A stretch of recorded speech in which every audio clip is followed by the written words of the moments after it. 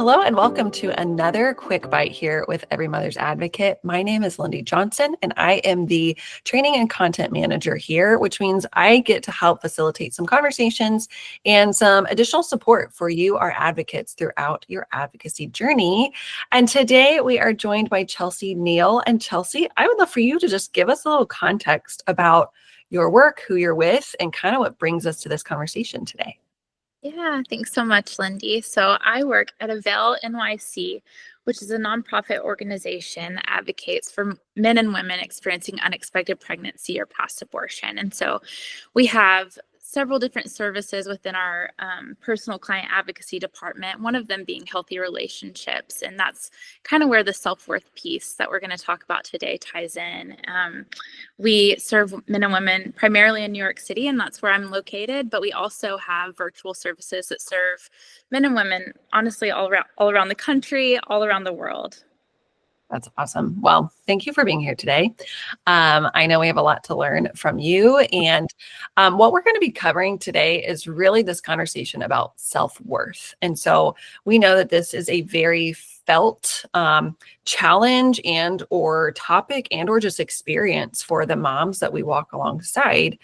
So I would love, Chelsea, if you could just get us started with a solid, what is self-worth? Now, most of us probably, we know what that is, but let's get a good refresher of some fresh language that just kind of grounds us through the rest of our conversation. Yeah, for sure, Lindy. So, as you said, most of us have an understanding of what self-worth is and what that kind of looks like. But just to go really basic definition, it's defined as an individual's evaluation of himself or herself as a valuable, capable human being deserving of respect and consideration. And so it's just that internal sense of value or worthiness. So, do you believe you have worth? Not based on external factors like a relationship status or money or education or XYZ, fill in the blank, but because of who you are. And so I think, I know I always get confused whenever I think of self-worth versus self-esteem. So just a quick distinction between those two.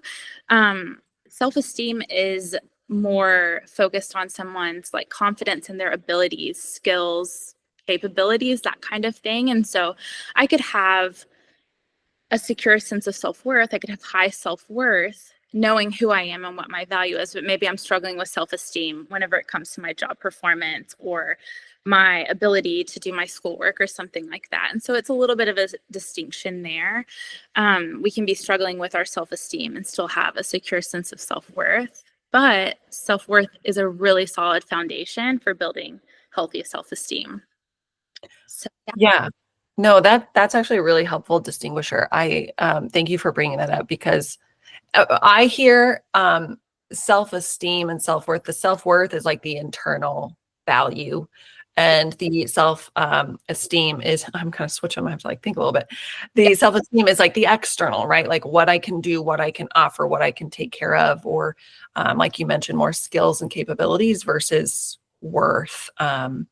So thank you for that. That was a very helpful refresher there. And I'm curious about, what would you say in your experience? I know you all use a lot of curriculum. I know you serve many families from different backgrounds or whatnot, but I'm curious, what would you say are big factors for what helps or hinders shaping our self-worth?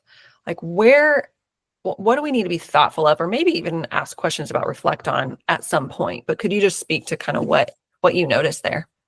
yeah. So I think whenever you're thinking about what helps you inform, and you can ask this for yourself too, and it kind of helps put the pieces together of what helped me form the way I think about my worth or the idea of self-worth. And I think the most common thing that's going to come to mind and probably the most impactful is our early relationships, caregiver relationships. And that's impacting it positively or negatively. How are we related to with our parents or those that were taking care of us, and how did that impact how we value ourselves? I think others could be school, what that experience was like for us. church or faith settings, like if that was a part of our formative years, what did that communicate to us about what gives us worth? I mean, our culture, community, the kind of environment that we grew up in can impact it. Those peer relationships and friendships, I think that's super impactful as well. Like what were my friends in high school like striving for whenever it came to worth, and did that impact me? And then I think another big one that maybe doesn't get enough credit for how much it impacts us is like our culture, social media, like those types of things, and what it's communicating to us about what makes us, valuable in our culture today. And I think that that's something to just be mindful of, or different areas you can kind of ask questions to assess how that's impacting someone's self-worth. Yeah, I feel like there's certainly a lot we could dive into each of those. I certainly think about really if like the maybe the larger umbrella is childhood experiences, right? In any of those settings or contexts you mentioned. Of course, there could be a whole side conversation of just attachment experiences, the caregiver to child relationship. When I think about self-worth, I think about did whether it's self-reflection or someone we're in a relationship with, of did you feel liked by your parents? Mhm. Something as simple and yet important as that is of did I have the felt experience of being liked by my caregiver, singular or plural, right? Or whatever my caregiving situation was. And that if I wasn't able to be liked or didn't feel liked by a parent, or caregiver in whatever form I was raised by, if the person who was supposed to help keep me alive didn't like me, if I didn't feel liked by them, Mhm. how powerful of a message later on about, well, can I really like myself then? Can I really value myself then?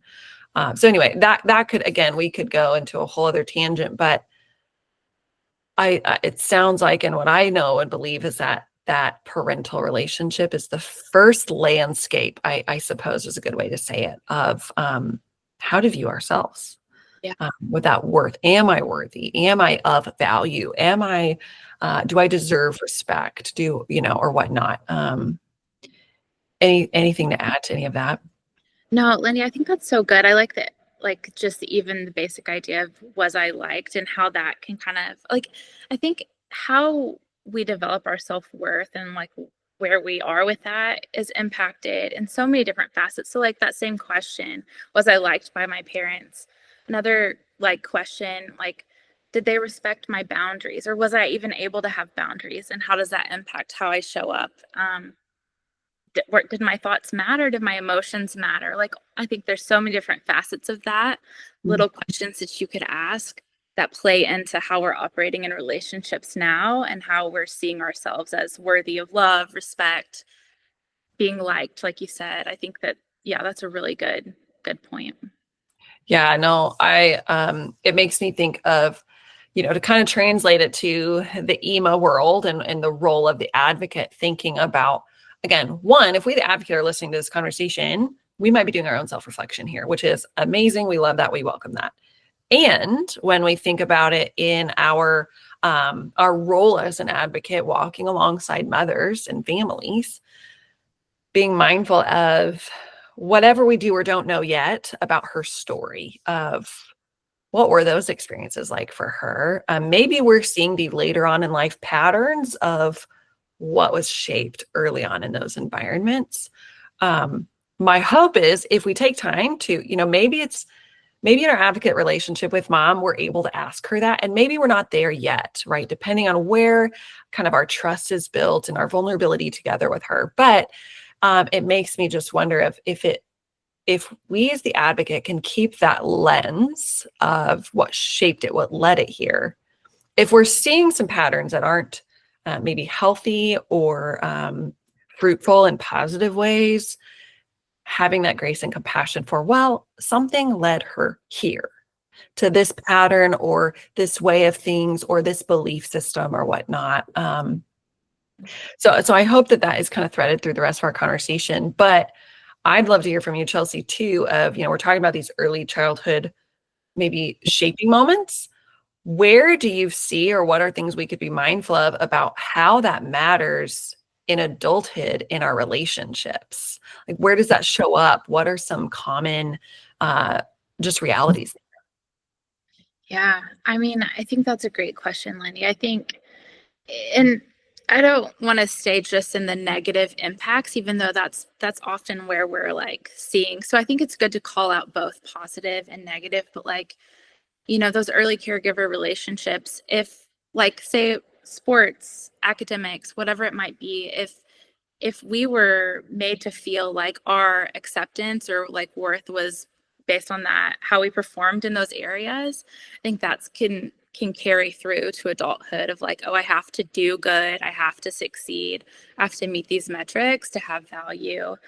I think with boundaries, which we already mentioned, like if our boundaries were respected, I think that shows us so much about what gives us worth, or that like our feelings, our autonomy, our preferences or comfortability mattered. And then if that wasn't the case, then I think it's harder in adulthood to advocate for ourselves when our boundaries are being pushed, maybe to say no, or like kind of like swinging to the other side to let people in. We'll maybe overprotect ourselves and things like that. And so I think another thing, how our parents or how our caregiver, what gave them worth. I mean, I'm just thinking of like an example of like, I think one of the really common struggles and something that I think a lot of us face is like, if we have that, romantic relationship, then we have worth. And if that was modeled for us by our mom, that she was always looking for that next partner to have that fulfillment, like I think that impacts us, right? And can kind of communicate that like, oh, I'll have worth or I'll be secure whenever I have that, when that's not really true. And so understandable, like it's an understandable struggle or it's a good desire, but not something that we should base our worth as an individual on. And so I think, and you already mentioned this, Lindy, but like trauma or abuse, like that shatters our confidence, right? It makes us feel vulnerable and can often leave us like with feelings of shame or unworthiness, which are not true, but it takes time to rebuild that. And oftentimes, women that we're serving maybe have the courage to do that later in life of what does it look like to take time to reflect, to heal from those things and to rebuild what gives us worth. Yeah, no, I hear that, and I think what a tricky place to be if our experience in the world and our experience early on really led to this kind of, I guess, felt experience, but also a clear view of our worth being defined by an external factor, Mhm. right? Um, and and again, to bring that compassion, empathy to the table of, man, what a tricky place to be if we ourselves as the advocate or the mother we're walking alongside in our advocacy journey, either of us or both of us or neither of us, right? But to bring that perspective of that would be hard to unlearn. Mhm. Um, and it would be hard to watch if we're the ones who has a different perspective on that. And yet we're watching someone kind of live out that belief of their worth being defined by an external factor or presence of a relationship or whatnot. And the journey of loving them well through that. Yeah. Not telling them what to do or what not to do, but I'm curious. We're going to have to do a whole other video. I'm going to pause that question. I'm going to shelf it because we're going to get to the kind of what do we do about it. Let me try to stay on track. I'd love to hear from you too. And I love your inclusion of like the positive and the negatives, right? And maybe all the in between, Yeah. because I think too, if we're going to talk about the hard dynamics or the hard patterns or the unhealthy ones or whatnot, we also have to have a conversation about the more ideal or the more healthy or more stable or more true elements. So I'd love to hear from you, Chelsea. What are some maybe examples, common examples or common patterns, or some of those just basics about healthy self-esteem versus self-worth versus healthy self-worth? I think I made that extra confusing. Let me say that again. Unhealthy self-worth versus healthy self-worth. Like, what does that look like, sound like, feel like? Just for us to be mindful again in our own lives and or walking alongside someone else in our advocacy journey. Yeah, that's good, Lindy. There's so many things. I think some signs of healthy or like high self-worth, or I know I'm going to say this word 5 million times in our conversation, but like ability to set boundaries and stick to them, like feeling like you can do that and that your boundaries matter. I think another thing is just not like it, like the ability to not define ourselves by what's happened to us or what decisions that we've made in the past. I think that that is super hard not to do, but a great sign of like healthy self-worth is to be able to separate ourselves from that, you know, knowing your capacity and your limits, being able to say no, um, having, you know, a clear sense of value and worth, like maybe even be able to verbalize that. I think that that is a sign of having healthy self-worth. Um, you know, not internalizing different challenges or mistakes. So, okay, I messed up here. I didn't succeed in the way that I wanted to here. Like, can I move on from that? Can I, okay, I'll do better next time and kind of like start again. And I think that I'm sure that that happens all the time in parenting and like how your moms are, yeah, just interacting with their kids. Like, hey, maybe I didn't respond the way I wanted to in that situation. I'm going to move forward in a positive way. The ability to advocate for yourself and your needs. I think having healthy relationships is a sign of healthy self worth. Like, and then I think from the faith perspective too, like if someone identifies with a faith, like that belief that God loves them and reminding themselves of that, embracing like what's true about us in scripture, like who does God say I am, and like repeating those things to ourselves. I think that's a sign of healthy self-worth. And then kind of to swing the other way, some signs of like low self-worth. I think one of the first things is, do we have a negative opinion of ourselves? Are we critical of ourselves constantly? Um, Belief that we deserve the negative treatment that we receive. I think I see this a lot in relationships with the women that I serve is, yes, I know he's, I don't, that's not good, but I don't really deserve better. So I'm going to accept this as my reality and that's okay. Or I'm going to look over that because I don't think I actually deserve better.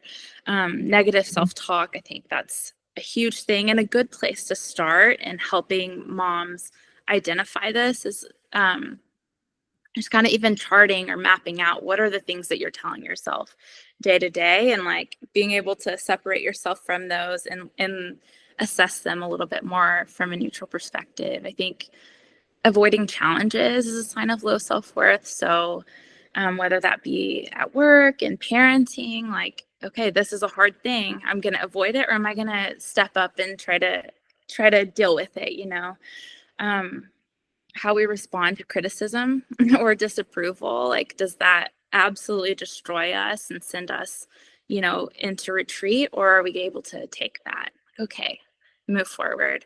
People pleasing, I think, self-consciousness, insecurity.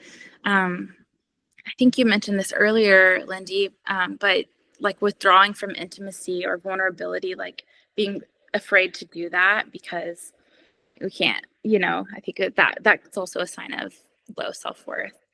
um so yeah, I think you mentioned this earlier, but I think in kind of charting these things out, not everyone is going to have all the positive or all the negative things. So I think as you're walking with moms too, a powerful tool that you can use is whenever you see those positive expressions or you see science, even the smallest thing, it doesn't have to be this like, yes, big explanation, but even the smallest things, calling those out and like speaking that over her again, I think can be a powerful tool that you can use as an advocate and just helping her to see that distinguish between, yeah, positive and negative self-worth.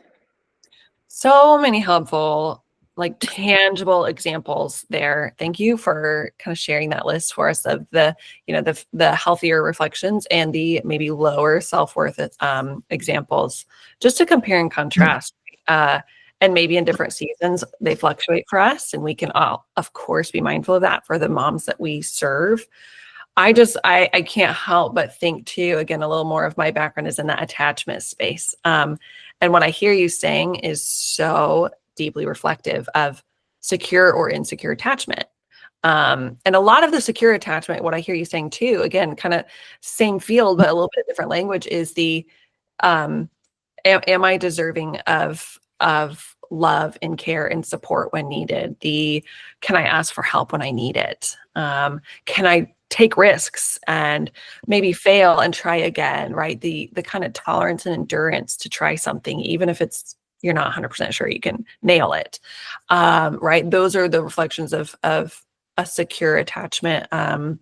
As well as being okay with my strengths and my weaknesses, right? The like, hey, I totally missed the mark there. I can try again next time, or I know what to try again, right? Like I have the skills or the wherewithal to have grace for myself. I can be totally bummed that I missed that or I didn't handle that well. And I can kind of be honest with myself too, of like, I can try again. That's not a full reflection of my worth. So anyway, there's a lot of parallels there, I think, for any of our advocates that are wanting to dive deeper into the self-worth conversation, and really also looking at where attachment really shapes a lot of it. So anyway, I just see a lot of overlap in this space, which makes a lot of sense. Yeah. I'd love to hear, Chelsea, just any kind of final thoughts about this conversation about self-worth. Most certainly, we're going to dive a little bit deeper in a separate quick bite for our advocates, but how would you like to land this conversation for a good overview of self-worth? Yeah, no, great question, Lindy. I see this a lot in the women that I serve at Avail, is that sometimes whenever we've struggled with our self-worth, it's easy to like as we're gaining that empowerment, as we're gaining the tools to build that up, it's really easy to like swing to the other side of the pendulum to maybe where you know, we build a wall around ourselves or we try to protect ourselves in thinking, so maybe the message was that we didn't have worth or our opinions didn't matter. And so in effort to not be in that camp, we swing far to the other side to where it's just about me. My opinions matter. I'm not going to adjust for anyone. And so I think it's interesting and helpful to reflect with your moms of what is that healthy balance, like even with like boundaries. We can have gone from a place where we didn't have boundaries, and so when we learn to set them, we can set so many of them that no one can touch us, and we actually don't end up having healthy relationships because we block people out. And I think that there can be some similarities with that whenever it comes to developing a secure sense of self. And actually, a great resource I would recommend for people, for your advocates, is a book called The Best of You by Dr. Allison Cook. Are you familiar with that, Lindy? She talks I'm about not. she talks about this idea of self and how we can, there's selfishness and then selflessness, which can be confused with like passive, like being passive. But this idea of selfhood, like showing up bravely, securely, and just kind of this idea of like, it's about you and me. It's not that it's all about you and it's not that it's all about me, but we can kind of meet in this middle of like this healthy view of ourselves. It's not that my wants and needs don't matter at all, and it's not that my needs and wants always come first. It's that both of our wants and needs matter, and kind of coming to this middle ground of like viewing ourselves in a healthy way. And so just a little bit of a teaser. I encourage you to look at that resource because she describes it really well, and I think that it brings together some things for the moms and women that I serve at Avail, and just how to view ourselves healthy. I love that. I think I historically use a lot of language of the both and, right? And so I feel like that's exactly what you're saying and what this book is alluding to of, and I also think about who we're serving, moms, right? So it's like, how can we prioritize you, the mother, and not neglect the children? And vice versa. Like, how can we make sure it is a you and me? It's a us together. We all have needs. We all have value. We all have boundaries or whatnot. And I think that can be a challenge to not be like, okay, mom, just leave the kids and go do what you need to do at the cost of their well-being. And how can we, I think the challenge is this question of how can we find ways for you to receive care, for you to receive a break, or to be in a relationship or a context in which you feel valued. You might need rest, you might need whatnot. So I hear that pendulum of, man, well, for our moms who are currently mothering, we've got to be really sensitive to both and, because they are responsible for their children, and how can we support her getting her needs met in a way that's doable for the family, with where they're at in that moment. So that's kind of how I think about what you're saying in the context of the mothers, the women that we are serving who are in a mother role. And that they are valuable, they are worthy, and their children are valuable and worthy. All of them deserve boundaries. All of them deserve their needs to be met in whatever way is possible. So I think that's a really good place to land our conversation today. Thank you for sharing your wisdom, your knowledge, and your experience with your background. And for our advocates listening, this is not where we're going to end. This is where we're stopping this conversation. But we invite you to another quick bite that we will be talking about a little deeper dive into self-worth, related to kind of what do we do about it? How can we walk alongside others well on that journey? So Chelsea, thank you for your time. Thank you so much.